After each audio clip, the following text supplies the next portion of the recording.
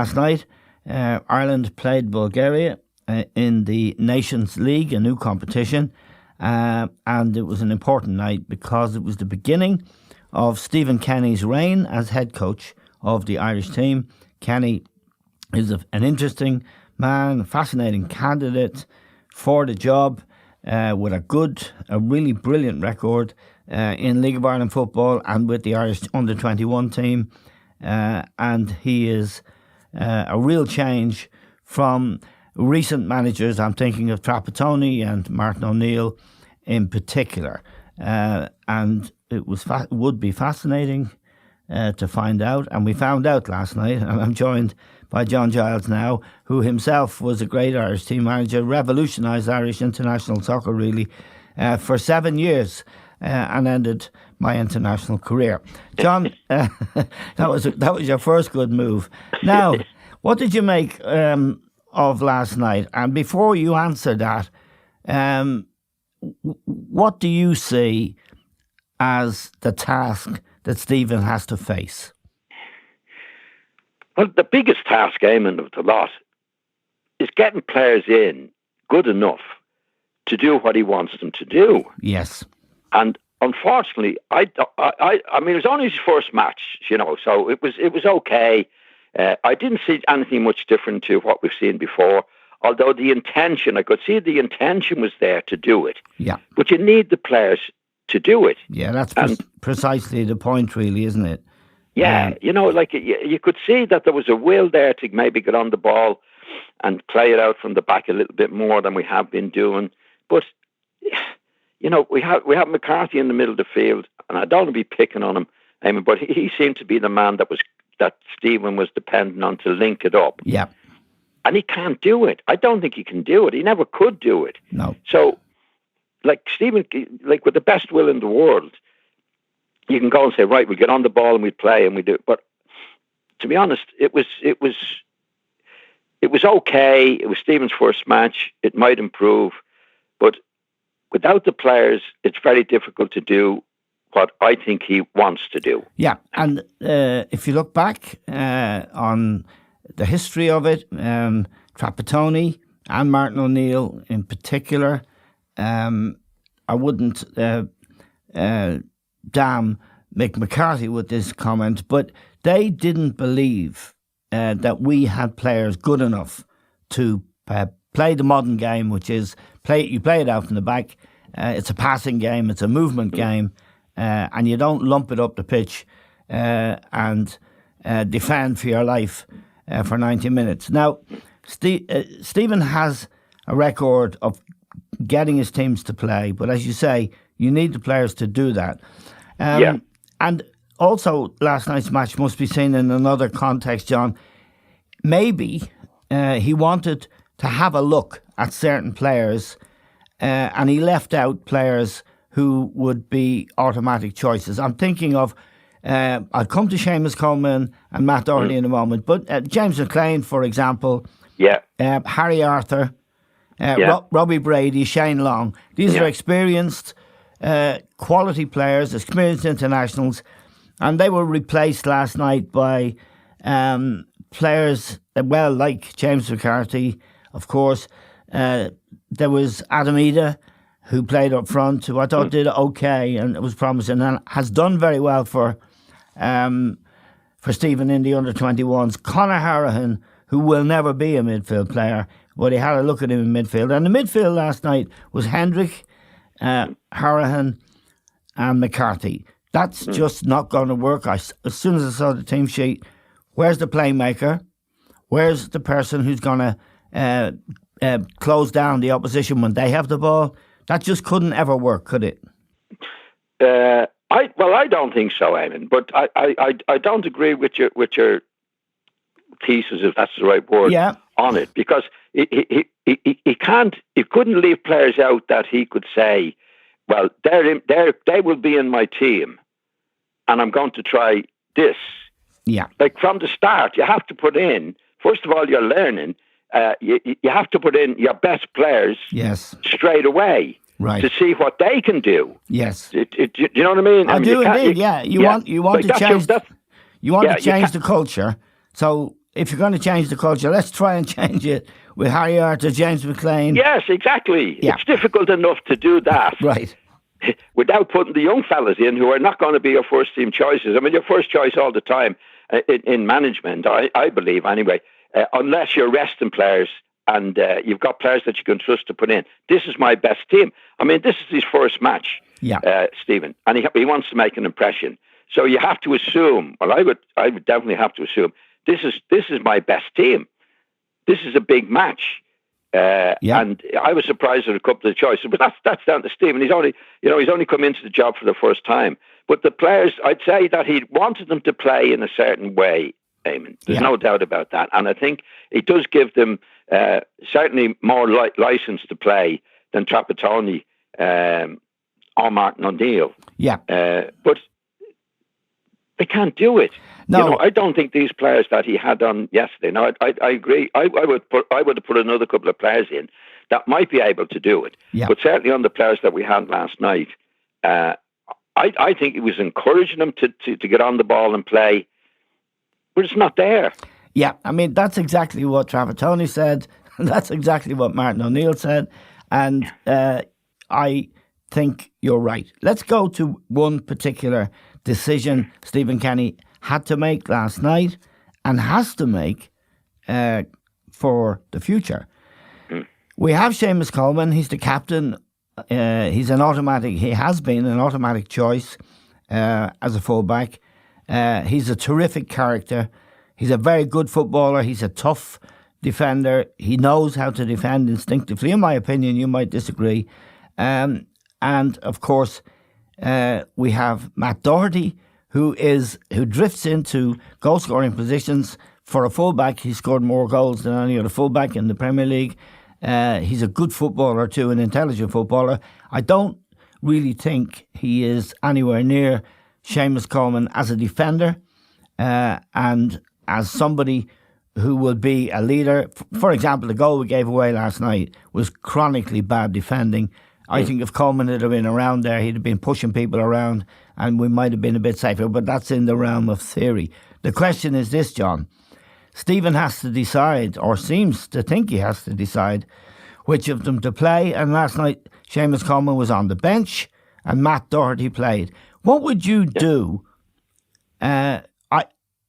to accommodate or manage that situation? He wants to play both. Well, he doesn't. He wants to play Doherty last night. But can you play both Doherty and Coleman? Yeah.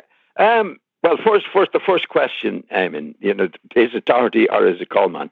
I would have had Coleman because some of the things you said there, which is very, very right in relation to Doherty in the goals he scored. So he's definitely got. You're better getting a chance of a goal from Doherty than you are from Coleman. I mean, he had a chance last night. He gets a chance out of anything. He drifts in and he's got a nose for it, and that's important. Yeah. But it is important if you want a goal-scoring fullback. Yeah. If you want a defensive fullback, it's not so good. No, and I want a defensive fullback.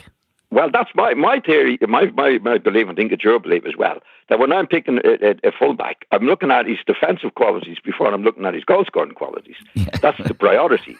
Now, maybe Stephen was trying to make a point last night. I don't know. We can't see inside his head. That this is an attacking team. Yeah. And this is what we're going to do, right? But as you said, maybe I've had a great look at the goal, that it maybe for the goal against us, Doherty might have been in a better position or could have been in a better position than he was. I'm not so sure about that. Do you know what I mean? No, you're not. But I just tell you, with Shane Dunphy he was at fault, really, and John Egan. The guy got in between the two of them, but when Shane was looking to his right, where normally a fullback would be. There was obviously something there worrying him. So the hole that the pass was played through was created by Shane looking wide of himself and not really realising. Now, I think Coleman, if it had been playing, would have been in pushing Shane into that gap. I mean, it's only well, first of all, I don't think he'd been pushing him in, and he wouldn't have had to go into the gap. Exactly. Dunphy. Yeah. Now we don't know. I don't know because I haven't seen it. I haven't seen it enough, Eamon, to be sure of that. Yeah. But it's certainly a possibility. because when a fullback, and I think Doherty's terrific, Yeah. and I think he's been a terrific player for Wolverhampton, and he's scored important goals. But if you're going to score as many goals as he scores, or likely to score goals from me, your defensive situations you have to lose out something on that, Eamon. Yeah.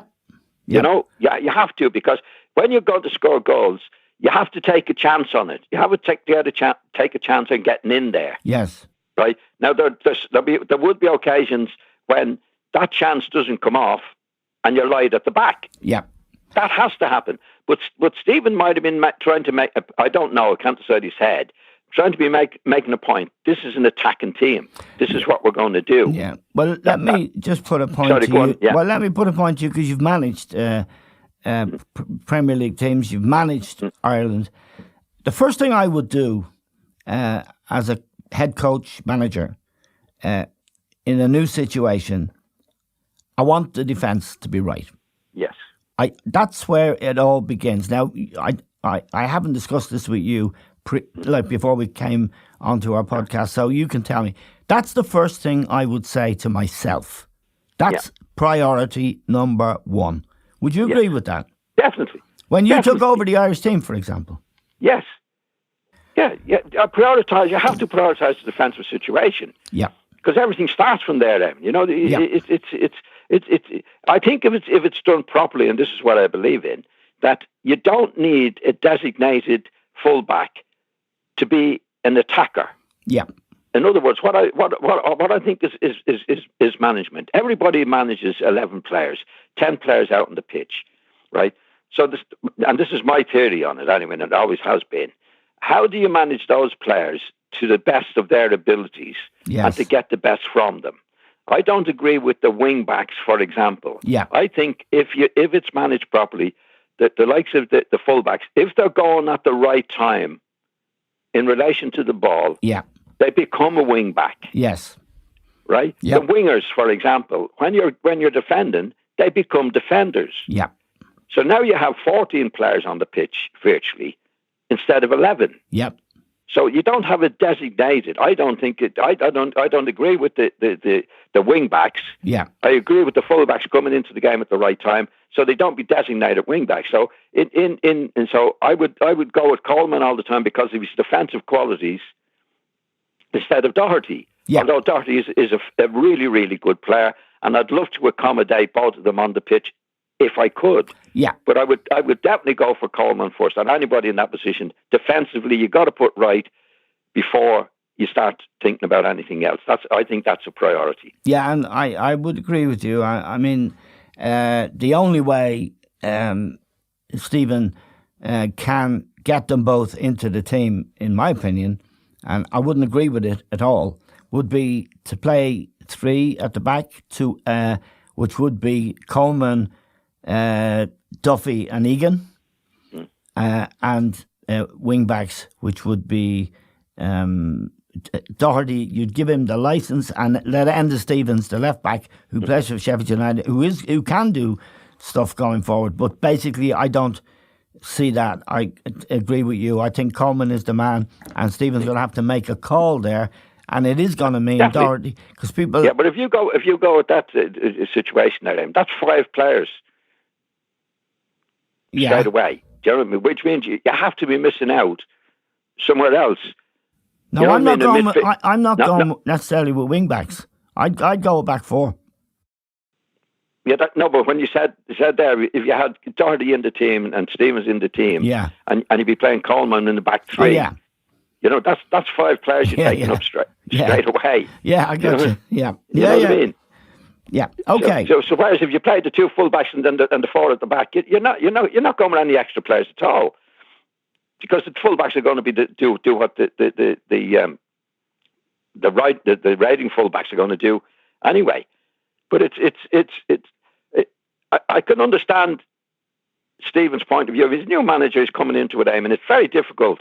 But it's just, no matter what way you approach a game as a manager, you need the players to do the job. I know that. I'm coming to that, John, right now.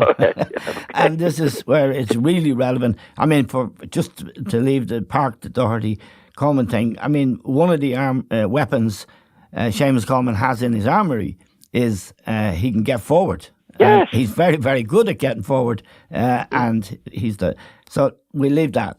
Here's where we get to your point, and it's a hugely important point, and it comes with Martin O'Neill and Trapattoni and many others.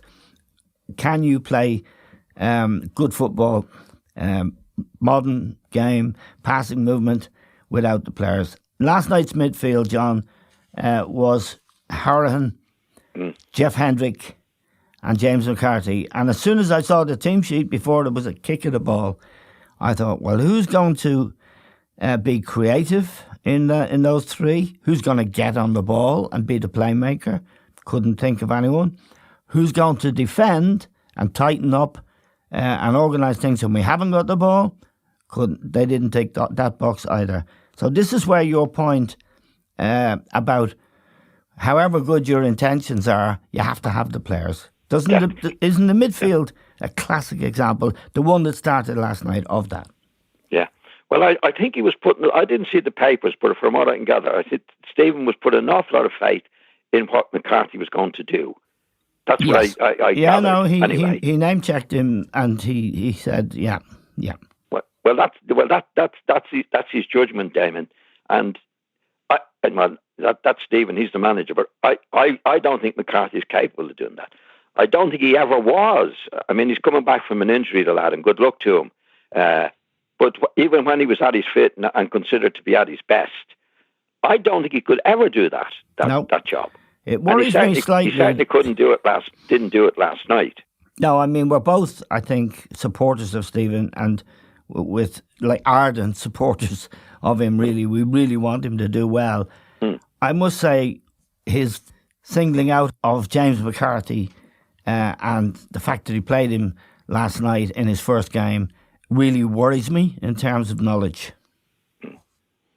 Well, he's trying. That's what he believes, Eamon. And as a new manager, you go with what you believe. I've done it many times and find out I was wrong about that. Yeah. And that's up to Stephen. If Stephen still believes it, then that's up to him. But what you believe before the match and what you believe to be, and then you try it. And this is what I'm giving. I think it to be fair to Stephen. It's his first match. Yes. He'd have things in his head, Eamon. We all have things in our head in our first match. Say, well, I do that and do that. Yeah. And then realise when you see the team playing, no, that's not quite. That's not quite what I expected it to be. That's how you need it. His first match.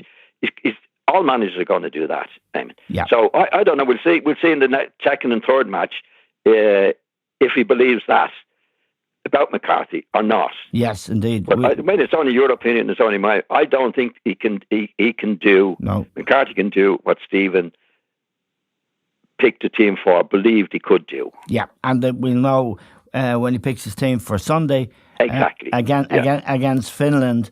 And as we must emphasise, these are very, very early days. Yeah. I don't think Jeff Hendrick had a really good tournament in 2016 when we went to the Euros. For a while, he was full of energy, good attitude, wanted the ball.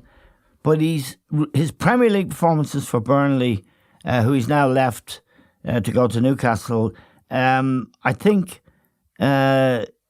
he's gone back quite a long way, hasn't he, John?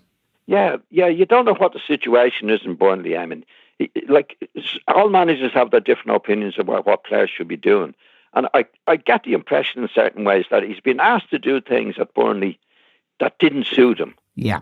Now, I'm giving him the benefit of the doubt, yes. Because the manager said, no, I want you to get forward a lot more than you're doing. Yeah. And, you get forward too much and you do it. And then the manager let you go. That could be the situation because he did play well in the tournament that you mentioned there a few years ago. Yeah. And he looked like he could get better. Yeah. And that hasn't happened. And when I look at him, Eamon, on the pitch, he does try. He's not he's hanging around, but he just takes up. He gets too far ahead of the ball. And whatever position he's taking up, he's not getting the ball. Yeah. Yeah. So he's not in the game. And when I look at him, when you get forward the way he gets forward as many times as he does, but as that type of player, you might get the ball like 3 times out of 5. Yeah. But he's getting it sort of none out of 5. Yeah. So then he's missing in the middle of the field where you want him to do his defensive stuff and get on the ball. Yeah. So it's difficult to know, but from Stephen's point of view, like he's picking the team now, he's got to judge all these particular things himself, and learn from it. You know, it's only from matches that you learn. Yeah. It's his first match. I think his attitude was good. I wouldn't have agreed with the Doherty selection, but there again, it wasn't Doherty last night that was responsible for the team not playing as well as Steve. Oh no! I think the midfield is a major. Conor Hourhan played for Villa.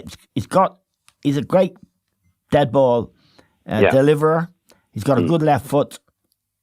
He's no midfield player, John. He's kind of Villa played him wide of a 3 up front or wide-ish in a 5. He never played where he played last night or attempted to play, which was in actually the middle of midfield at one stage in the game. After McCarthy went off, he was the holding midfield player, and that's madness.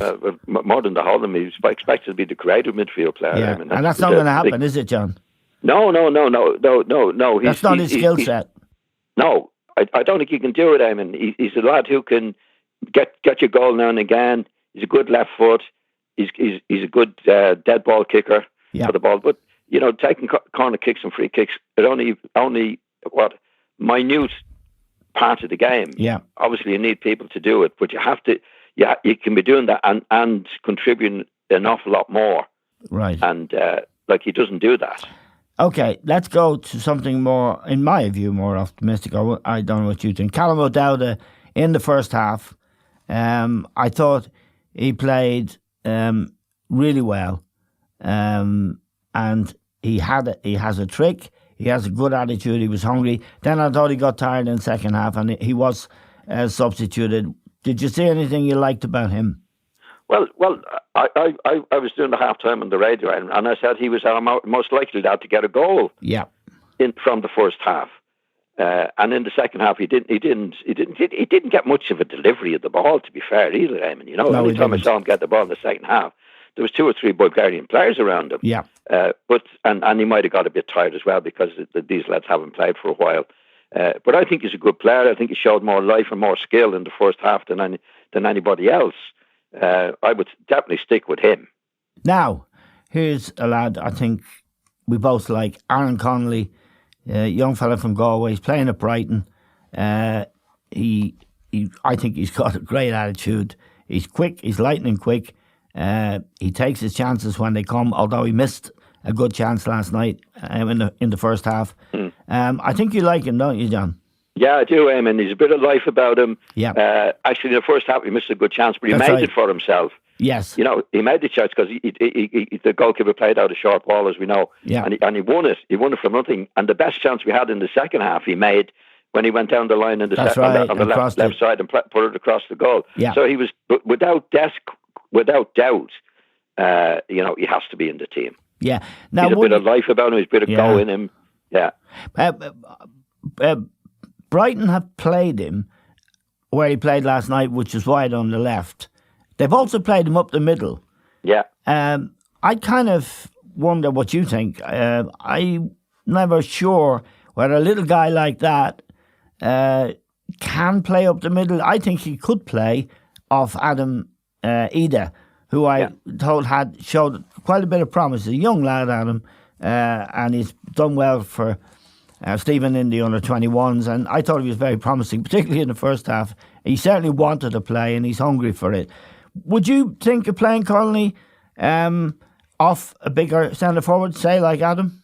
Yeah, I would, Eamon. Yeah. I think he can do it. Yeah. As you say, he's a small lad, but if he's playing off the big lad up front, I think what's happened in the Irish team and at this club team, I've seen him sort of play up front on his own. Yeah.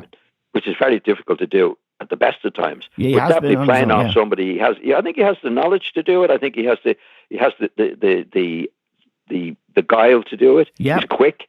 I would definitely play him in off the centre forward. And he's tough, and I think John. He's a plus for us. Yeah, he's tough. Yeah. He's aggressive lad. Yeah. Okay. And I don't think he's short of confidence looking at him either, which is great. The other thing that we should note, Darren Randolph, he is an exceptional goalkeeper, John, and he saved us. The high line enters the equation yet again. Now, if you're playing a high line after 2 training sessions, you're taking a big chance. And we got away with it because Darren came out twice in the first half. Yes. And on one occasion had to head it. The other occasion nearly could have been sent off, but he was just inside the box. He is a terrific player.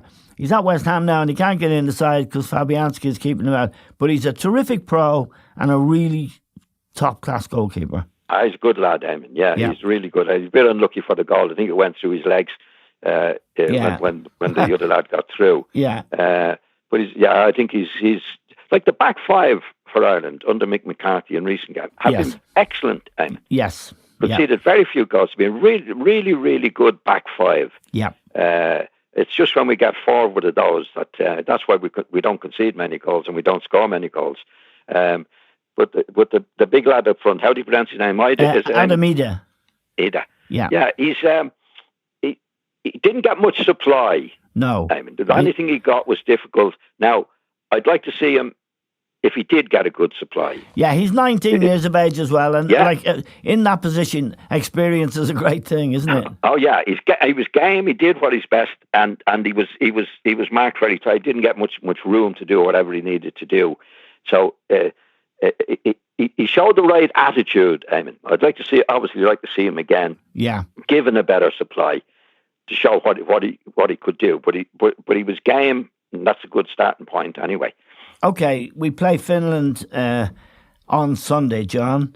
Yeah. I'd like to see Harry Arthur in the team starting. I like him.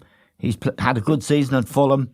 I think he's a tough little bugger, and he can play, and he wants to play. But that's just my opinion. James McLean. Now, Stephen would know James, I think, from when he was coach at Derry. And I still think with the proper guidance, McLean has a lot to offer, John, as a winger. I have to say. I don't know what you think. Eamon, I would try him up front. Yeah, you'd think so. I would try him up front with Connolly. Right. Because he'd give you everything he's got, and he'd be capable of doing that. Yeah. I would play Brady. I think Brady is our best bet. Yes. As a creative midfield player, Eamon. Yes. Yeah. I'd play him in the middle of it. I'd have a go at him in the middle of the field. Yeah. As the creative midfield player. Yeah. Yeah. I think when he's playing left back, he's terrific going forward. He uses the ball. Whenever he's played in midfield for either Ireland or for Burnley, started there, he hasn't looked quite the same player. I think it's because, as you know, in midfield, a lot of the time you're getting the ball with the back. You have to get turned, and I'm not quite sure. They often say that about good footballing fullbacks. Why doesn't he play in midfield? You could say it about Matt Doherty, actually. The reason you don't, it's different. It's turned on the ball, yeah. But what I've seen Brady before, Eamon, he's played left side of midfield. Yes. I'd play him in the middle of midfield, so he could go. Like once you're playing left side or right side of midfield, you're restricted in certain ways to stick at that position. Like with the ability he had, I'd give him it's not a free role in the middle of the field to get on it as much as he possibly can. He's definitely the best control. He sees the pass better than any of the midfield players that I can see. Yeah. In the squad. Okay, now of course, John, the big match we have is Slovakia in October, the European Championship qualifiers, which that's huge. So we're building towards that.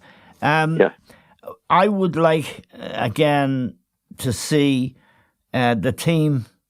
If there are certain names on the team sheet on Sunday against Finland, I would be extremely worried about this campaign. What do you think he might want to do or should do? Well, I would change the personnel Yeah. I would put Brady in the team. I would put Arthur in the team in midfield, for example. McLean? I'd put McLean. I'd play McLean up front with Connolly. Coleman? Yeah, I would have Coleman in the team before Doherty, and it's unfortunate in many ways, particularly if either one is left out, that they're two of the best players we have, and we can't fit them into the team. In my opinion, I would go with Coleman. Go with Coleman. Yeah, definitely. In my opinion, John, you can't on this one have your cake and eat it. In other words, you can't accommodate them both in the side.